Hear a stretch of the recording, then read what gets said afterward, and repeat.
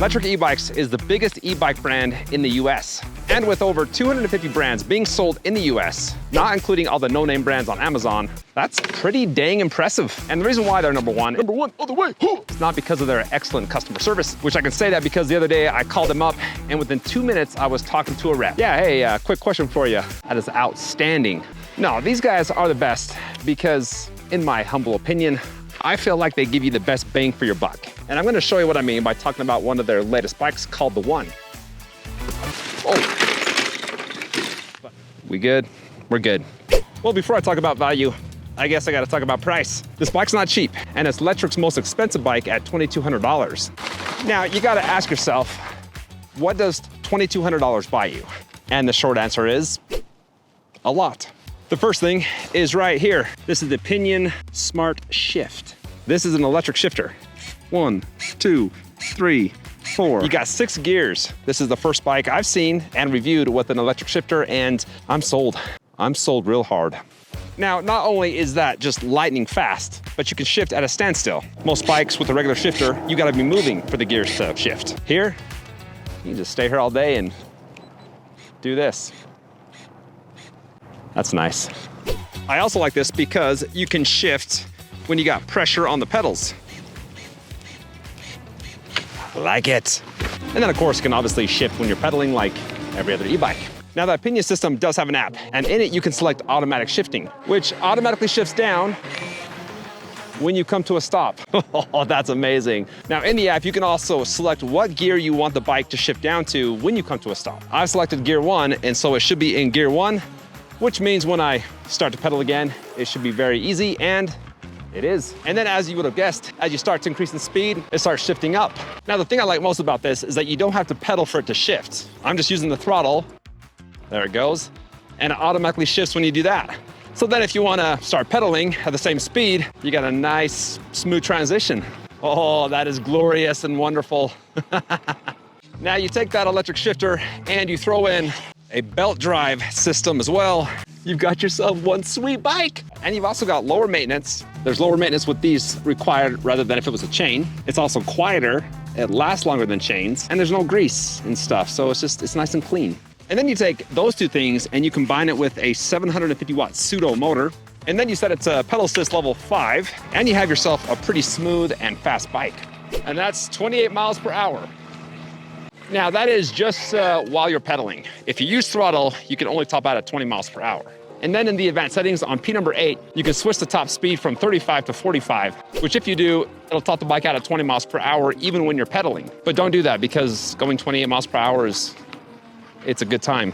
It's time to talk about acceleration, because for a $2,200 bike, you would expect a pretty reactive motor, right? As soon as you hit the throttle, it's gonna go, or pedaling, it's gonna go.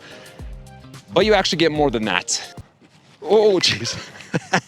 If you're not leaning forward when you hit the throttle or when you start to pedal, that front wheel easily pops up. Lectric has never been known for super powerful and poppy bikes until now. Here we go. Oh, man.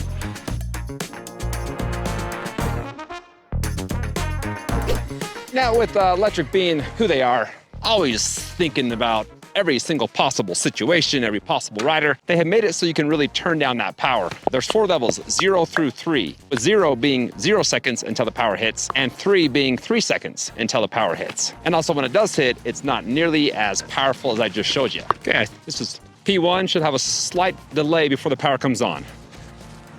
And you do. This is a 3-second delay. Oh, there we go. When you set it to level 3, it takes about a revolution and a half of the power to hit. And when it does, it is very gentle. And that's when pedaling. So with the throttle, there we go. This is on level 3.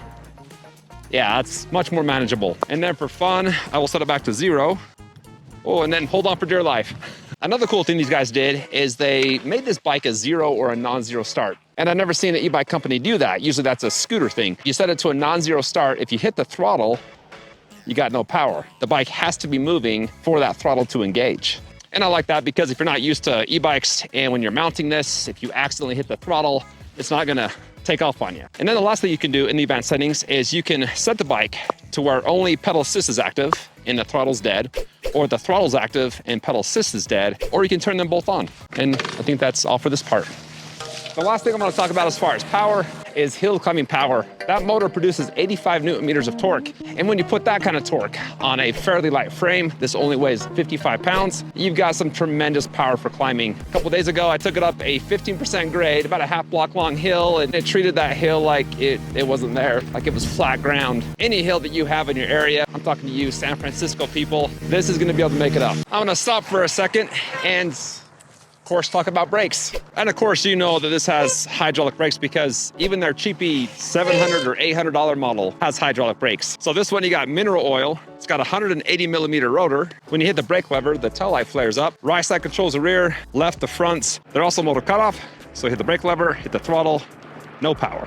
While I'm stopped, I might as well talk about range. Underneath the saddle, you have a 48 volt, 14 amp hour battery. It's got 2 UL certifications, takes 4 to 6 hours to fully charge. And once fully charged, Lectric has a range rating of up to 60 miles. One of the last things I want to talk about is the ride and feel. And as I'm here climbing a pretty steep hill,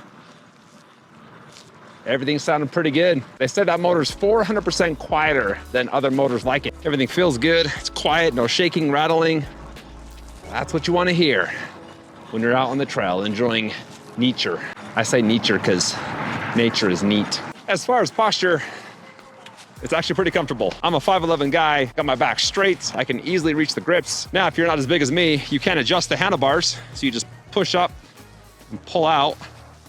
And then this rotates in 2 spots. So it rotates like this to extend the cockpit, right? So if you wanted to, you could get low and down. But then the handlebar part, you can actually adjust and rotate. And that's nice because all the gear moves in unison. You just turn it to how you like it, push this down and lock everything into place. Got a rider size rating of 5'2" up to 6'4". It can carry up to 330 pounds. I thought the grips actually feel pretty nice. Now there's no suspension, but you do have some higher end tires. Those are Shaoyang 20 by 2.5 inch street tires. On the side is a shark skin sidewall, and so that's gonna make it so you don't get some pinch flats. They also put slime in here, so they are punch resistant. And honestly, for not having suspension, it rides pretty dang well. I really like this bike. That electric shifting and automatic shifting, it's just a cool feature. I love that. It makes the bike a very intuitive ride. If you wanna check it out, I've got the link in the description. And as always, I appreciate you guys hopping on here and checking out my content. And I'll see you on the next one.